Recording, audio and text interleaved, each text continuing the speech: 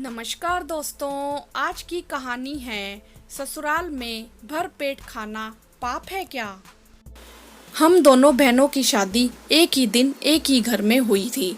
क्योंकि शादी दिन की थी इसीलिए विदाई भी शाम को हो गई और रात 9 बजे हम दोनों बहनों ने अपनी ससुराल में पहला कदम रखा।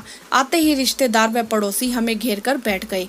देर रात तक हंसी मजाक का दौर चलता रहा। सुबह उठते ही शुरू हुई शादी के बाद की बाकी रस्में, जो कि दोपहर तक चलती रही। इसी बीच भूख के मारे हम दोनों बहनों के पेट में चूहे कूद रहे थे, क्योंकि खाना खाए हमें 24 घंटे होने वाले थे।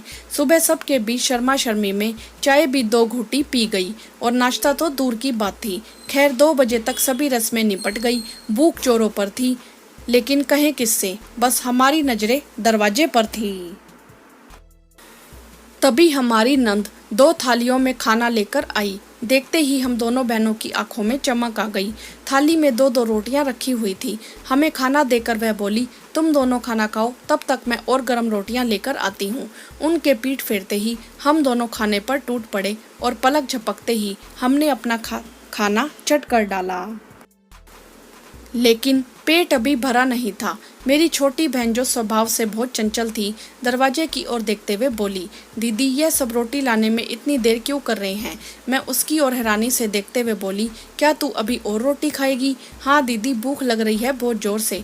पागल हो गई है क्या, ससुराल है ये हमारी, सब क्या सोचेंगे। ससुराल है तो ससुराल में भरपेट खाना खाने से पाप लगता है क्या।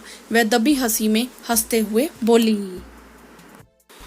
मैं उसे कुछ और कहती, इससे पहले ही मेरी नंद गर्मा गर्म रोटियां लेकर फिर से हाजिर थी। भूख तो मेरी भी नहीं मिटी थी और मटर पनीर की सब्जी, वह तो मेरी सबसे मनपसंद थी। उसके साथ तो मैं हमेशा एक रोटी ज़्यादा खाती थी। लेकिन यहाँ मेरी नंद आग्रह करते हुए बोली, रोटी रख दूं। मैं मन ही मन बोली, रख दो, इसमें पूछने की क्या बात है।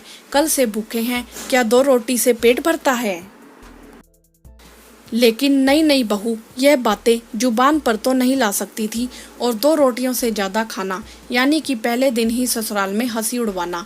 इसीलिए मैंने नामे गर्दन हिला दी। मुझे यूं गर्दन हिलाते देख मेरी छोटी बहन बोली, दीदी अभी तो आप कह रही थी कि बहुत तेज भूख लग रही है और रोटी खानी है, फिर दीदी से मना क्यों कर रहे हो। मैंने उसकी तरफ आंखें निकाली तो वह मासूम सा चेहरा बनाते हुए बोली, दीदी विदाई के समय मम्मी ने कहा था अब ससुराल ही हमारा असली घर है। यहाँ के सब लोग हमारे अपने हैं, उनसे गलत बर्ताव करोगे तो पाप लगेगा। लेकिन मम्मी ने भरपेट खाना खाने से पाप लगने की बात तो नहीं समझाई थी। बिल्कुल सही कहा था तुम्हारी मम्मी ने, बहू यह तुम्हारा अपना घर है और घर पर खाना खाने से तो बिल्कुल पाप नहीं लगेगा। हाँ भूखी रहोगी तो बीमार जरूर हो जाओगी।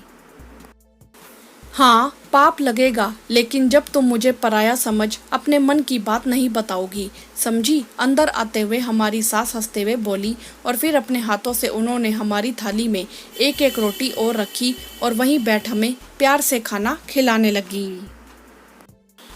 वीडियो को लाइक करें, शेयर करें और चैनल को सब्सक्राइब भी करें। धन्यवाद।